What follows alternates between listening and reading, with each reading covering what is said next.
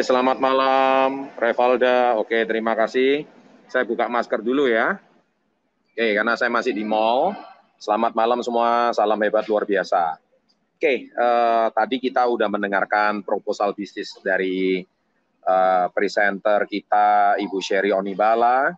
Itu salah satu top leader senior kita di Manado, Emerald legendaris ya di Manado.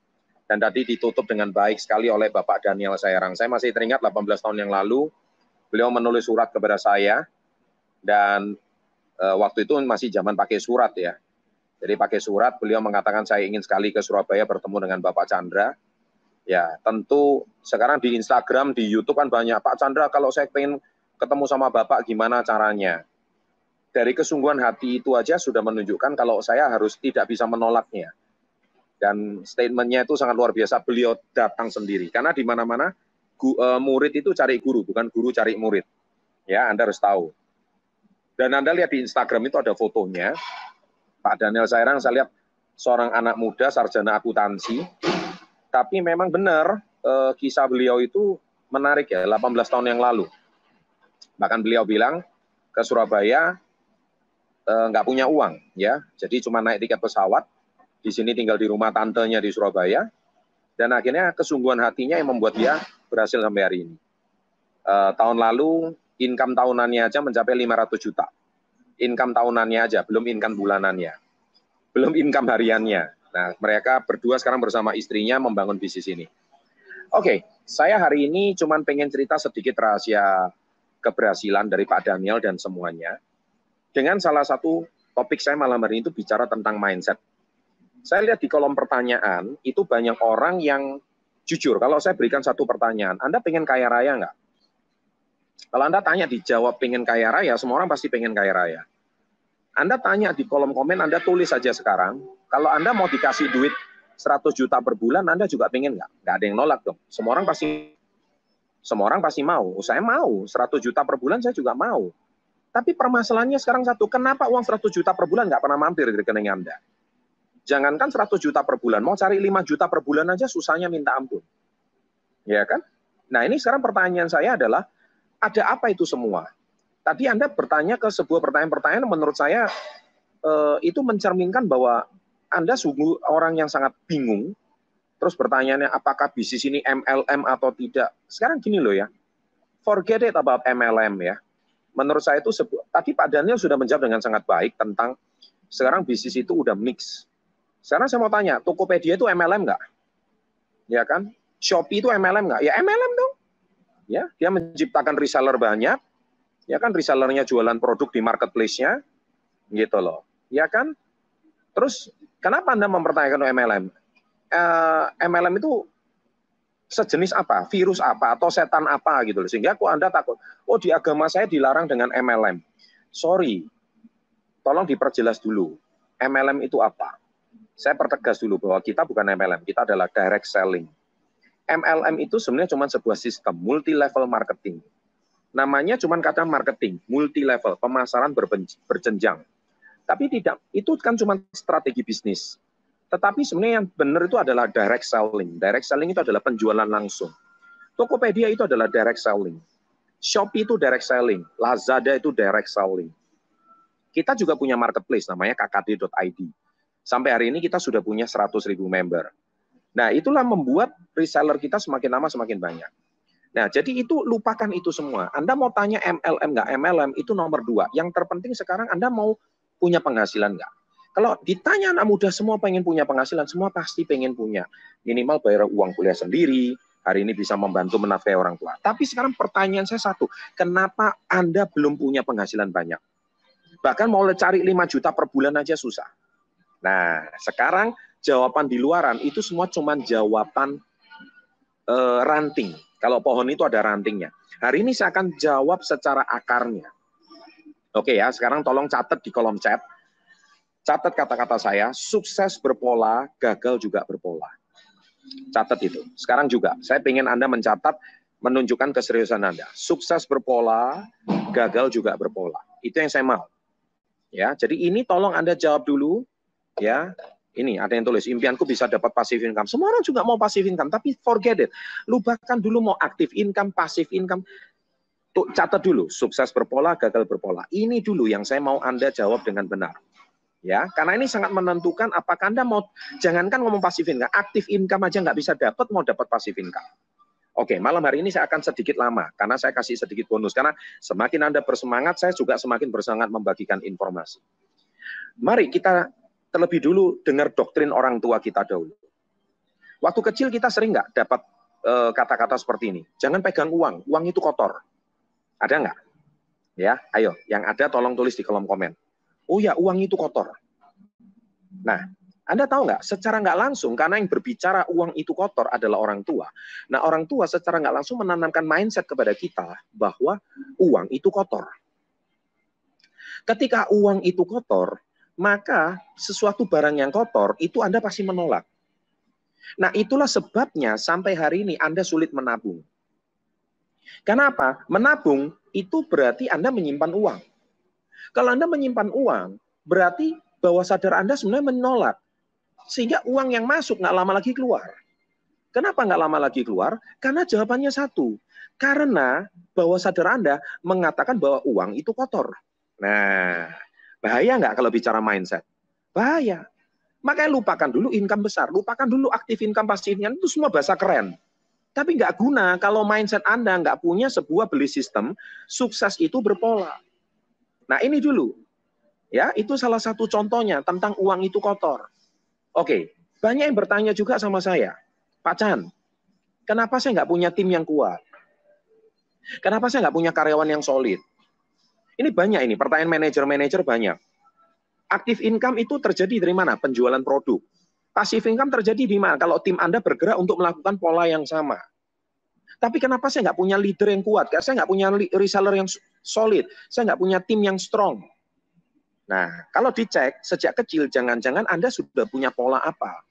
Polanya adalah Anda jangan-jangan tidak pernah mudah percaya sama orang. Ya, Anda ditanamkan itu sama orang tua Anda. Jangan mudah percaya orang, karena orang tua saya dulu mudah tertipu. Saya dipinjam uang tetangga nggak balik. Saya dipinjam adik uangnya nggak balik. Jangan mudah percaya orang. Rumah itu harus dikunci.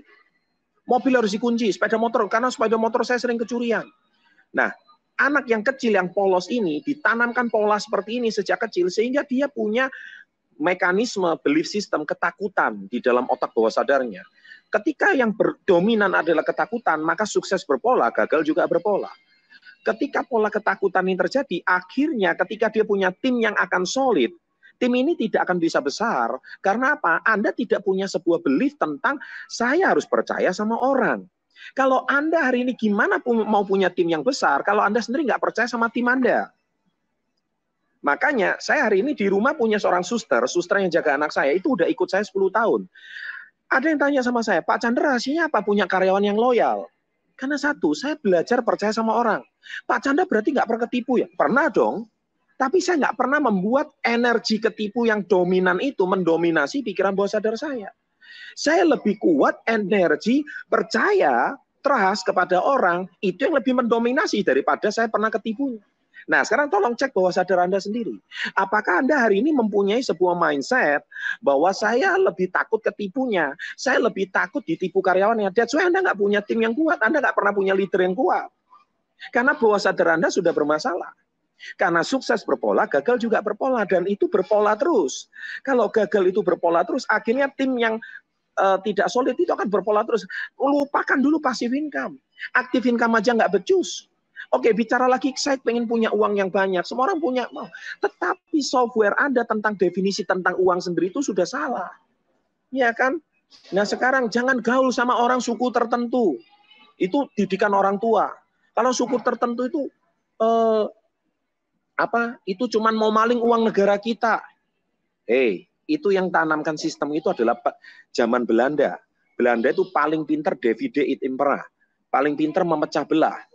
Bangsa kita udah merdeka 75 tahun, tapi otak Anda belum pernah merdeka selama 75 tahun. Dan itu ditanamkan dengan kuat oleh orang tua Anda. Sehingga itu berpola dan orang tua Anda menanamkan Anda sejak kecil. Itulah sebab Anda hari ini tidak bisa karya Anda masih terbelenggu, Anda belum merdeka. Anda tahu mengapa? Karena jawabannya satu, yaitu mekanisme atau pola bawah sadar Anda masih takut dengan orang suku tertentu. Ini zaman apa? Zaman sekarang adalah kalau Anda mau sukses, ya Anda harus belajar dengan orang yang sukses. Kalau Anda mau sukses, Anda harus belajar dengan orang yang sudah terbukti berhasil.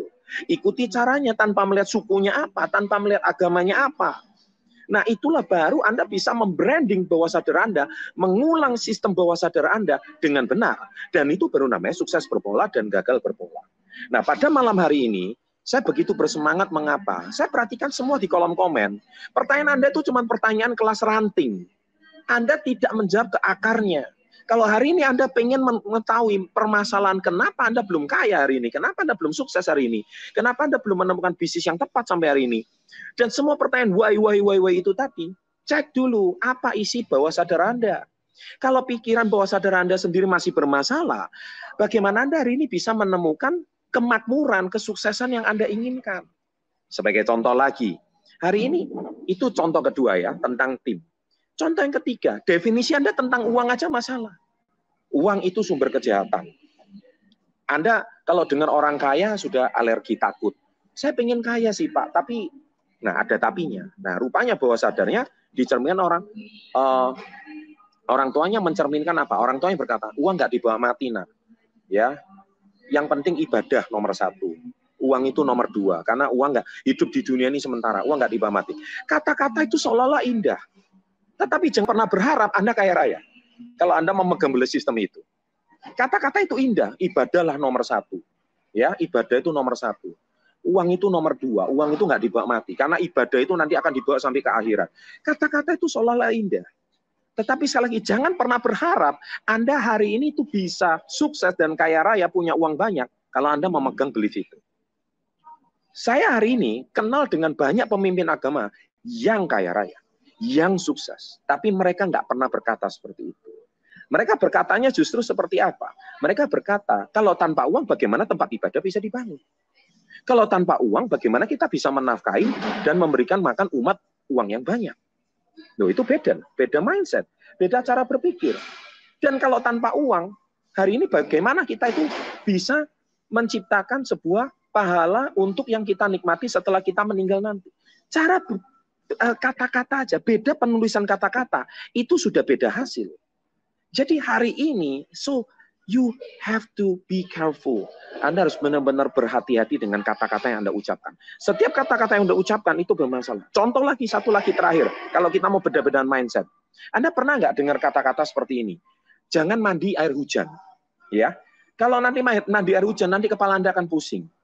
Saya sering dengar kata-kata itu. Nah, gimana dengan anak-anak yang main di hujan-hujanan, main bola di pinggir jalan? Kenapa kepala mereka tidak pernah pusing? Dan saya juga percaya kata-kata itu karena itu didoktrin dengan kuat sama orang tua saya sampai saya besar. Jadi setiap kali saya kena air hujan, kepala saya pusing.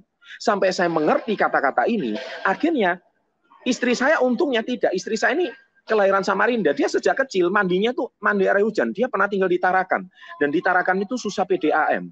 Jadi kalau dia mau mandi dengan lancar, dia harus menerima air hujan.